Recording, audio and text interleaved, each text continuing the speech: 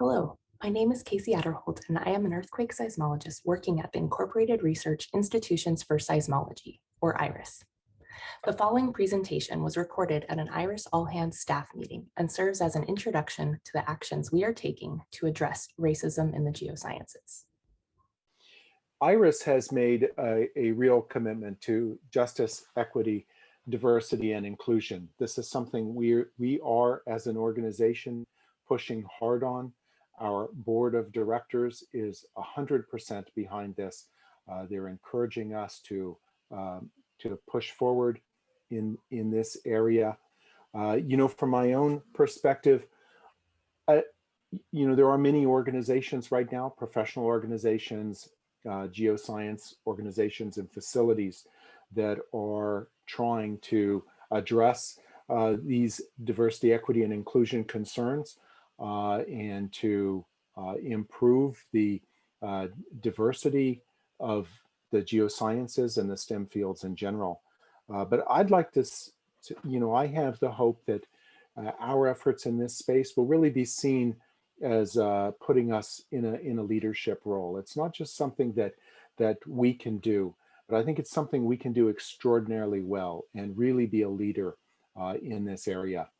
Here's some of the ways that these things manifest. So 49% of the STEM workforce are white men, but only 2% of the STEM workforce are Black and Hispanic women. Less than 10% of geoscience PhDs go to recipients of color. Only 69 Black women and 20 Indigenous women have received PhDs in the geosciences in the last 40 years. Women, people from sexual and gender minorities, and Black and Hispanic people all leave the field at higher rates than the average students and practitioners. And so a few months ago, Beth Bartel and I, she was at UNAVCO at the time, we gave a webinar on social justice to 250 people. And we asked them to say or write in the chat one word that they thought described a geoscientist to them. So this is that word cloud.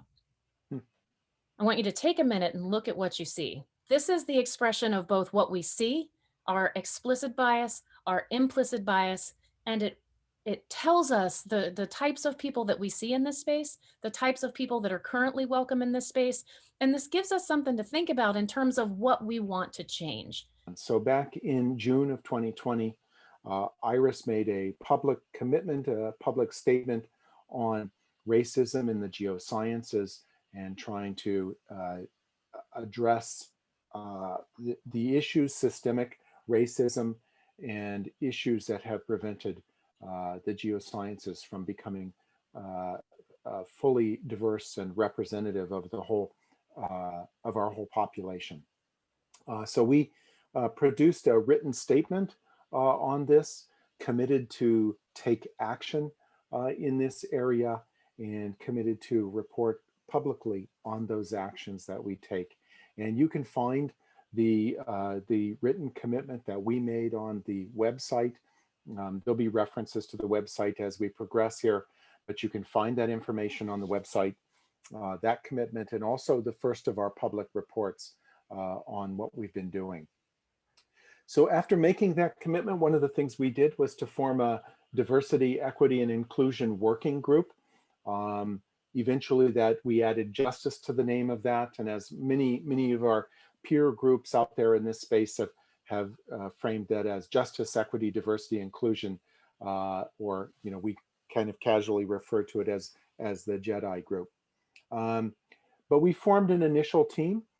Some of you will remember that we did an all hands meeting late last summer. We encouraged any of you that were interested in participating in this to step forward.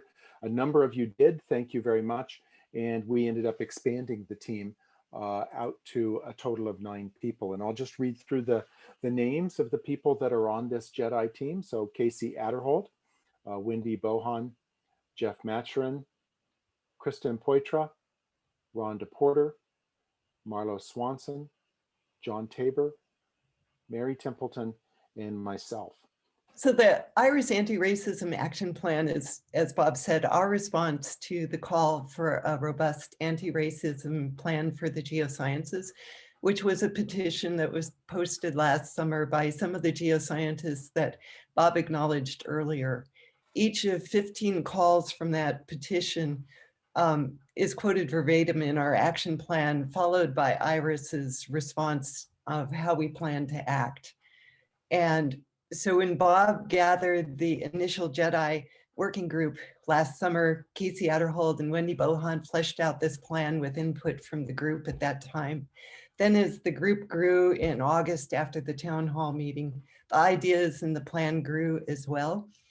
As a living plan, it's intended to continue to evolve as now you, the staff, and later on the broader seismological community add your own contributions to it. The plan itself, we sort of broke it down into 4 broader themes. These actions include actions toward a more equitable, inclusive policies and governance, and we'll talk a little bit more about some of those specific points, really looking at our documents in terms of how we manage the broader coordination of IRIS in the community. The second one is a more inclusive culture. Again, back to retention and feeling, looking into the culture itself, both within IRIS and in the community, understanding our history and influencing the community. From those 4 broader themes, these are more direct points relative to the action plan itself. So of those 15 action plans, they all align with these broader points, right? So you will see ensuring our policies, our guidelines, our evaluations, the way that we bring people into the tent as it relates to the geoscience community are free of biases, of racist biases toward those underrepresented, minoritized groups of people. And you will see action item number 1 in the plan really speaks to that in terms of looking at code of ethics and looking at the bylaws and kind of really be paying attention to some of those guiding governance documents in terms of how they address those issues. Secondly is working diligently to ensure a safe environment that is welcoming, that allows people to feel welcome and hopefully address retention in some of those numbers that Wendy mentioned in her presentation, to make people feel welcome and want to remain or even bring people from other STEM sciences into the community, whether in the field or not. Item number 9 in the plan really addresses workplace culture. So that's one place to look if you want to kind of understand what some of the specific actions around accessibility will be. The third is recognizing the exploitations, harmful impacts historically geoscience have had in certain communities of color, and looking for ways to address them and see how we can improve that going forward. Number 3 in the action plan speaks to building historical resources as reference points for us to understand where we've been and look for ways to avoid repeating some of those impacts and errors in the future. And again, recognizing those ways that the community itself have participating in those activities.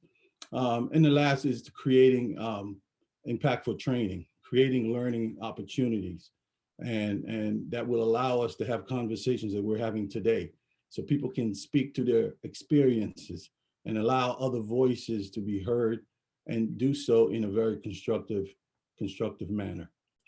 And all of that leads to community impact, right? We want to have an impact.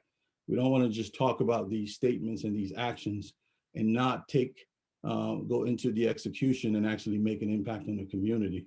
We believe that as seismology grows, we want to add new researchers, broaden the spectrum, add as many voices as we can through collaboration, solving problems with new ways, being able to work with other people of different backgrounds who may or may not have inherent fears of how the community itself works.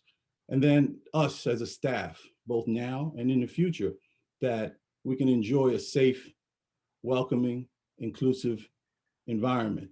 I think you can read the impact that Dr. Rufus Catchings has stated there. He's one of the prominent African-American geoscientists that Bob had introduced me to prior to engaging in the JEDI team. I didn't know anything about Dr. Catchings, but now I do. So I think that alone has been educational to me. So as he says here, regardless of nationality, gender, or ethnic background, geoscientists will be increasingly needed as we enter into a challenging period of human habitation on our small planet as we reach beyond the planet. I think that's a very telling statement. The more voices, I think with all the challenges that we have in this world, this is just one small way for us to create that impact that I think will allow us to move on these issues going forward. With that, I'll pass it back to Mary to kind of explain to you how you can get engaged and really be part of this mission and effort that we're engaged in. Okay, so to carry that forward, how can we all get involved? And there are at least 2 ways currently. And one is that we really want to hear your ideas and feedback.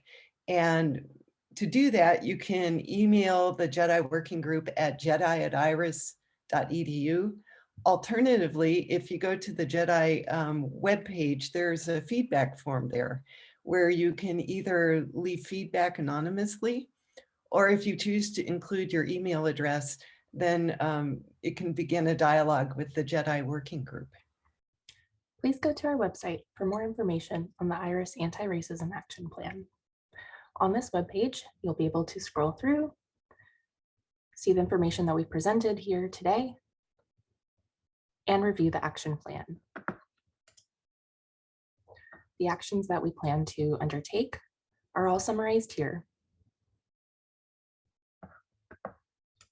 On our website, you can also provide feedback through our feedback form.